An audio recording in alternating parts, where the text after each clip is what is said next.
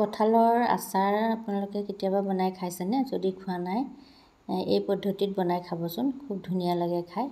মই কঁঠালৰ আচাৰৰ কাৰণে কেইটুকুৰামান কঁঠাল তৰকাৰী বনোৱাৰ পৰা ৰাখি থৈছিলোঁ, অকণমান ডাঙৰ ডাঙৰকৈ। এইখিনি এনেকুৱা চাইজত ৰাখি থৈছিলোঁ আৰু এটা সৰু কুকাৰত মই এইখিনি 5 মিনিটমান সিজাম।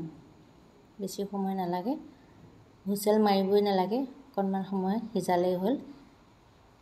এতিয়া অকণমান সময় সিজাই মই আকৌ এটা ফুটা থকা খৰাহীত চেকি থৈছোঁ, যাতে পানীটো একেবাৰে নোহোৱা হৈ যায়।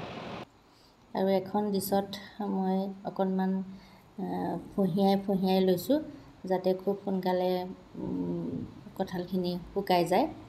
যিহেতু বতৰৰ কথা ঠিক নাই, কোনোবা সময়ত বৰষুণো আহি দিয়ে, তেতিয়া আচাৰখিনি বেয়া হৈ যাব। গতিকে মই একেবাৰে পাতলকৈ ফঁহিয়াই লৈছোঁ। এনেধৰণে সৰু সৰুকৈ ফঁহিয়াই ল'ব লাগে, তেতিয়া খুব সোনকালে শুকায়। আৰু ইয়াতে মই অকণমান নিমখ দিয়া নাই, হালধি সানি অকণমান ৰ'দত 2 ঘণ্টামানৰ কাৰণে মেলি থৈছিলোঁ। আৰু ইয়াতে জলকীয়াও কুটি দিছোঁ, কেইটামান পকা জলকীয়াও কুটি দিছোঁ আৰু কেঁচা জলকীয়াও কুটি একেবাৰে হালধি সানি ৰ'দত দি 2 ঘণ্টামানহে দিছোঁ, বেছি সময় দিয়া নাই। খুব ধুনীয়াকৈ শুকাইছে। আৰু মই বেছি মছলা ব্যৱহাৰ কৰা নাই, কেইফুটামান নহৰু আৰু 5 ফোৰণে লৈছোঁ। অলপমান তেল গৰম কৰি সেই 5 ফোৰণখিনি দি দিছোঁ আৰু সেই নহৰু কেইফুটাও দি দিছোঁ, যাতে অলপ সময় ৰঙাকৈ ভাজিব পাৰোঁ আৰু গোন্ধটো খুব ধুনীয়াকৈ ওলায়। তেনেকুৱা সময়লৈকে অকণ সময় ভাজিব লাগিব।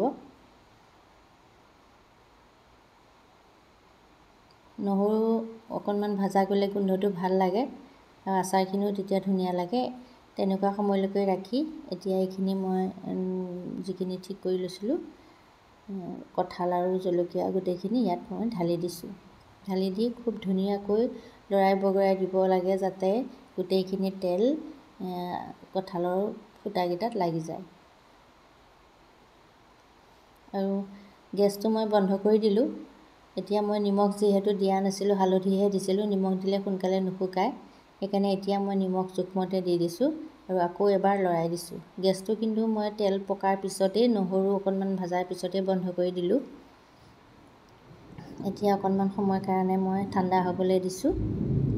1 ঘণ্টামানৰ পিছত এয়া খুব ধুনীয়াকৈ ঠাণ্ডা হৈ গ'ল। এটা চিচাৰ বটল মই ধুনীয়াকৈ ধুই ৰ'দত দি থৈছিলোঁ আৰু এইখিনি মই ইয়াতে ভৰাই থৈছোঁ। তেল যিহেতু বেছি দিয়া নাই, মই পাছত আকৌ অলপমান তেল গৰম কৰি ঠাণ্ডা কৰি আকৌ ইয়াত মই ঢালি দিম। সেইকাৰণে এতিয়া তেল বেছি দিয়া নাই। এইখিনি সানিবৰ কাৰণে যিখিনি তেল দৰকাৰ হয় সিমানখিনিয়ে তেল দিছোঁ।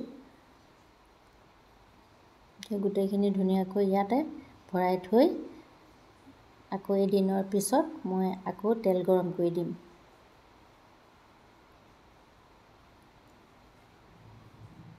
এইখিনি কি ধুনীয়া লাগিছে দেখিবলৈ, খাবলৈও খুব ধুনীয়া লাগে। পাছদিনাখন মই আকৌ তেল গৰম কৰি ঠাণ্ডা কৰি আকৌ অলপ ইয়াত ঢালি দিলোঁ। এতিয়া অকণমান ডুব গৈছে। এতিয়া 1 বা 2 দিনৰ পিছতে খাব পৰা হৈ যাব। এইখিনি দেখিছেনে কি ধুনীয়া লাগিছে। ৰুটিৰ লগতো খাব পাৰি, ভাতৰ লগতো খাব পাৰি। এয়া লাহে লাহে আচাৰটো কোমল হৈ আহিল 2 দিনৰ পিছতে। এতিয়া খাব পৰা ধুনীয়া সময় হৈছে। খাবলৈও বৰ ধুনীয়া লাগে। আশা কৰিছোঁ মোৰ ভিডিঅ'টো চাই আপোনালোকে ভাল পালে।